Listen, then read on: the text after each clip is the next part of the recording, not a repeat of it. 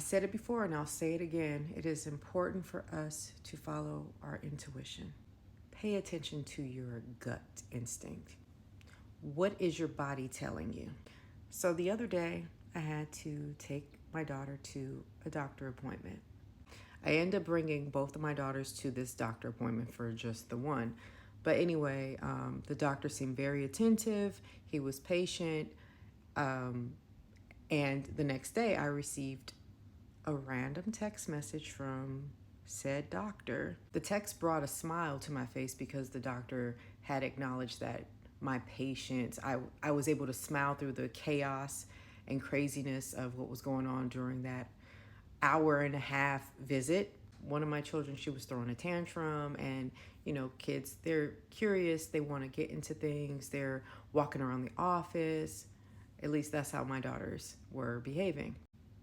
So the doctor was saying, even through all that craziness, you managed to maintain a smile, and that was admirable. I responded that I appreciate his patience and being present during that appointment. Then he sends another text saying, maybe the next time dad can come and he can see what you have to deal with. And I'm like, what? Okay. And I respond, no, the duties are all on me. But that might have been me sharing a little too much, and I probably should have just stopped texting at that point. A similar situation happened a few weeks ago where someone had given me something that works with my daughters. They given me a gift for my birthday, and I didn't feel comfortable accepting it because it was from a man that I'm not interested in. And to me, it was just like, that's a bit trying to cross the line. You work with my daughters and I'm their mom, and it's not professional. So it's interesting to see the test that I got from a doctor now sending me these type of signals as if I'm going to bite on it because this person is a doctor. But the same reason falls on that as well. You are my children or my child's doctor, not professional. Back to the doctor. His response to my text about these duties fall on me. It's my responsibility. He said, oh, I'm sorry. I didn't realize that you weren't together. Now, I felt like this man was trying to find out whether or not I was married or single. Just by asking that question, I did feel it in my body that this was a question to fill me out. So when I spoke my truth and said, yeah, nope, not happening. I'm the one that brings them to their appointments. He questioned whether or not dad was busy working. I posted a video a couple of weeks ago about being careful about someone asking too many questions. Now, I know this man has his own office. He's a doctor. However, you still got to be leery of these type of people too. Anyone that's asking you these personal questions too soon, it's a huge red flag.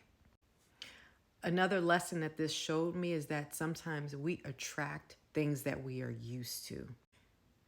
The character traits of a person, it's a familiar spirit.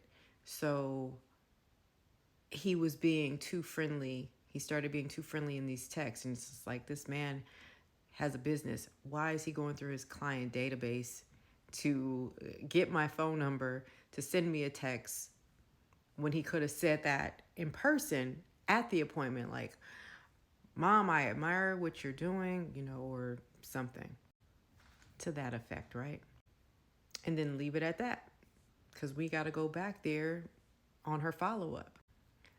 But anyway, it also raised the red flag with the texting, hiding behind text messages when you want to ask personal questions or you want to try to get to know somebody.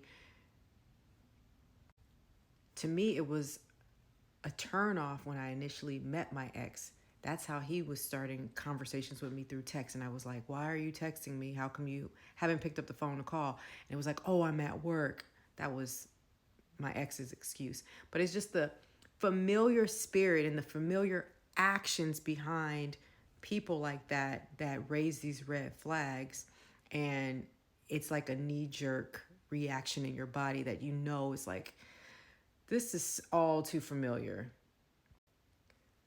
But it helps you dodge a bullet if you take it for what it is and don't try to make excuses for the person like, oh, they're working, or oh, this is a doctor, or whatever they are. That's not the way you pursue a woman. Women, it's time to stand up, hold yourself in high regard, and you do not settle for some hocus pocus text messages of conversation. That is not a way in. Needless to say, he texted the next day and I did not respond. How many moms is this man texting? Because believe me, I felt that in my gut too. That don't flatter yourself, honey. I'm sure this man is texting plenty of available moms that are not wearing a ring. Oh, he's paying close attention, and so should you.